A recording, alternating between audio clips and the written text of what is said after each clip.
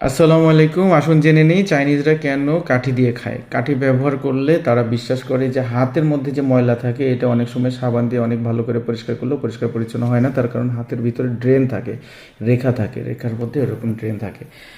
আর এই যে নোক আমাদের আছে, আমি নোক রেখেছি এই ভিডিও করার জন্য। এই নোকের ভিতরে যদি ময়লা ঢুকে যায় সেটা আপনার খাবারের সাথে পেটে চলে যেতে পারে, এই জন্য তারা কাঠি দিয়ে খায়। আর একটা ব্যাপার হচ্ছে, কাঠি দিয়ে খেলে খাবার পাশাপাশি তারা অন্য অন্য কাজ করতে পছন্দ করে, সেই কাজটা সম্পন্ন করা যায়। এখনকার জামানায় মোবাইল ফোন টোন দেখে, কিন্তু আগে বাচ্চাদেরকে পড়ানো বা পরিবারের সাথে গল্প করা, কথাবার্তা বলা, এই কাজগুলো করতে গেলে অনেক সময় এটা টাচ করা, ওইটা টাচ করা, এটা ধরা, এগুলো করা লাগতো।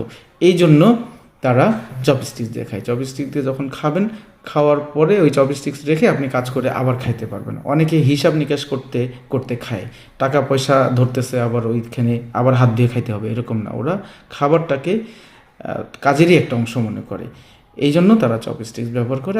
আর একটা ব্যাপার আছে, অনেক চপস্টিক্স ওয়ান টাইম ইউজ। এখনকার চপস্টিক্সগুলো দুইবার ব্যবহার করে, তিনবার ব্যবহার করে, যেগুলো সিরামিকের অথবা গোল্ডের তৈরি, রূপার তৈরি। কিন্তু আগের চপস্টিক্স সব বাঁশের ছিল, একবার ব্যবহার করে ফেলে দিত। তাহলে যেটা ওয়ান টাইম ব্যবহার করা লাগতেছে, সেই জিনিসটা কিন্তু হাইজিন মেনটেন করার দিক থেকে খুবই ভালো। পার্সোনাল হাইজিনটা এইভাবে মেনটেন হয়। ধন্যবাদ সবাইকে, ভালো থাকবেন।